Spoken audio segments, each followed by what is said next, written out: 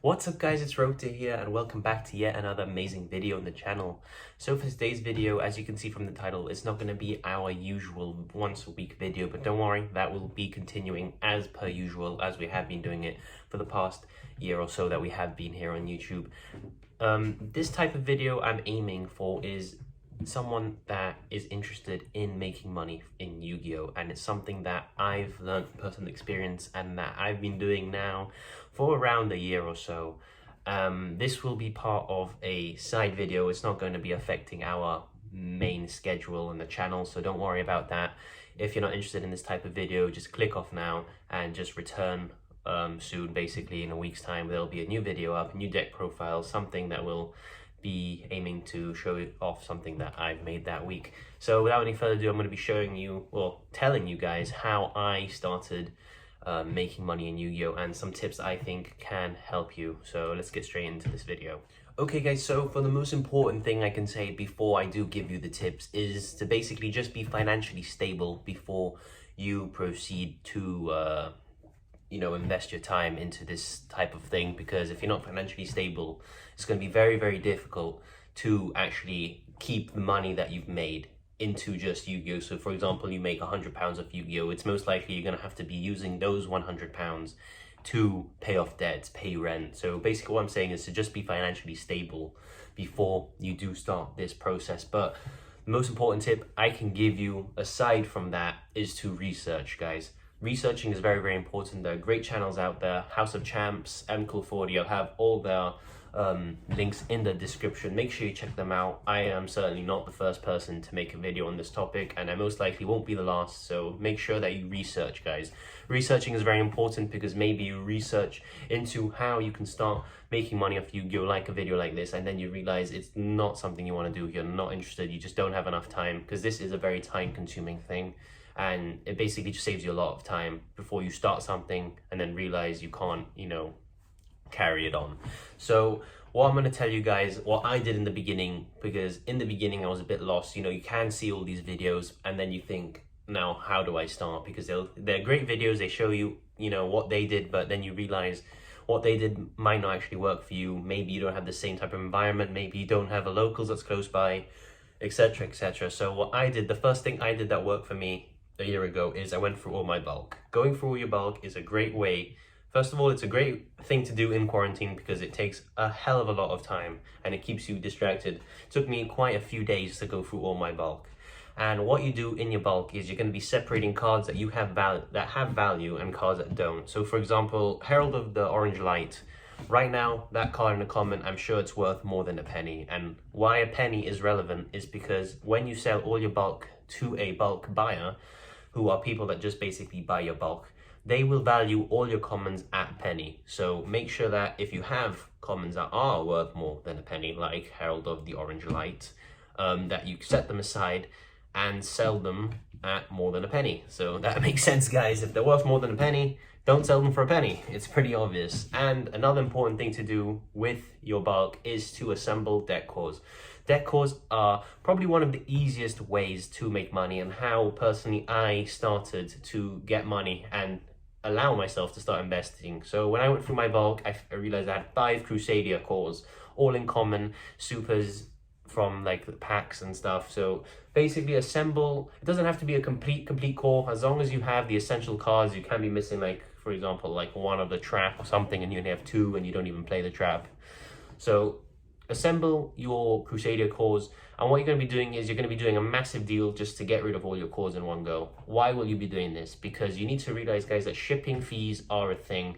Shipping is a very, very important thing they need to take into consideration when wanting to make money in Yu-Gi-Oh. So for example, if you have 5 Crusadia cores, and you value them each at £10, that's great, you have £50. But you also have to realize to ship, your Crusadia cores, maybe it's going to be £10 in total, let's say. It's a bit high, but let's just go with that. So essentially, you're making £40 because you have to pay for shipping fees.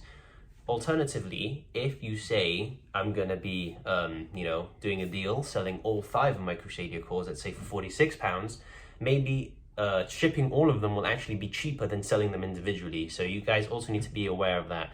So once you get all your deck cores and you go through all your bulk, and once you've separated what's good and what's bad, you're going to be wanting to sell off the rest of your bulk. I did this, and it's an easy way to make like £100 to £200, especially if you've been collecting Yu-Gi-Oh for a few years now, but you've never been that serious into selling cards. You will have amassed a lot of commons, guys. Don't underestimate the amount of commons you'll have. Once you start counting, you'll realize the insane numbers you'll have. So I had something like 4,000 or 5,000 commons and like 1,000 hollows, so it's an insane amount. And basically what you do is you sell your commons off for a penny, and I think hollows go from like anywhere between 4 to 6p each, and you just stack them in piles of 100, and that's how you keep count. So once you've separated your expensive-ish, you know, common and supers, and you've sold off your rest of the stuff that's useless, you're in a great position to start investing. So what I personally will recommend in the beginning is it depends how you want to approach it. If you want to take a more, I guess, aggressive way, you can say, into investing, you can basically target a card and just buy multiples of it. So for example, a card like Chaos Space is an absolutely insane card, and probably will be going up in the future unless a reprint gets announced, and that's, you know, something we can't control. So for example, you get Chaos Space, you like the card, you can get them at like, let's say £2 each, buy 100 of them, for example. And why do you want to buy that many?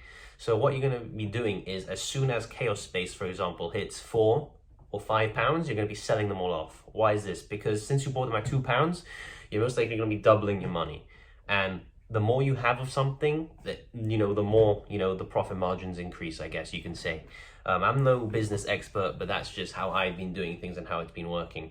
And if you want to be taking, you know, a more slow approach, like for example, you don't mind waiting a few months, what I would personally do is I would be buying stuff like structure decks. So structure decks are very safe, because no matter if they go down in value, they can't actually be worthless, because the structure deck itself holds value. So if you buy a structure deck for, let's say, £7, the lowest it can probably be, I think, is like £5 to £6. It can't go any lower than that. So worst case scenario, you can sell them all off and you haven't lost that much money. So what you're going to be doing is you're going to be getting your structure decks when they come out. Oh, if you buy in bulk, you'll be getting better deals, obviously, because people do give better deals if you buy in bulk. And what you're going to be essentially doing is just holding them. So once you hold them, once they stop being printed, the value will just go slowly ticking up. And for example, if you bought Lair of Darkness when that came out, I think it was £8 a structure deck. Now if you check on eBay, I think those are off around £20 each. So if you had 5 of them, you can sell them all for 100, and they cost you a significant amount less, is what I'm trying to say. And yeah, there's 2 different ways, which I've just outlined. There's the aggressive way. You go after the cards that you think have, you know, potential to go up, and you just buy them, and once they go up, you sell them. Or you can take a safe approach, buy structure decks, you know, sealed product, boxes of stuff, of sealed. Don't open them. It's never worth opening sealed product, guys, unless you're planning to hold it. Never buy sealed, just buy the singles. It's much more efficient, but that's a separate video. Sealed boxes also always hold value. And collectible cards, like for example, Dark Magician Girls, Blue Eyes, they always have value as well. So those are very safe things to buy.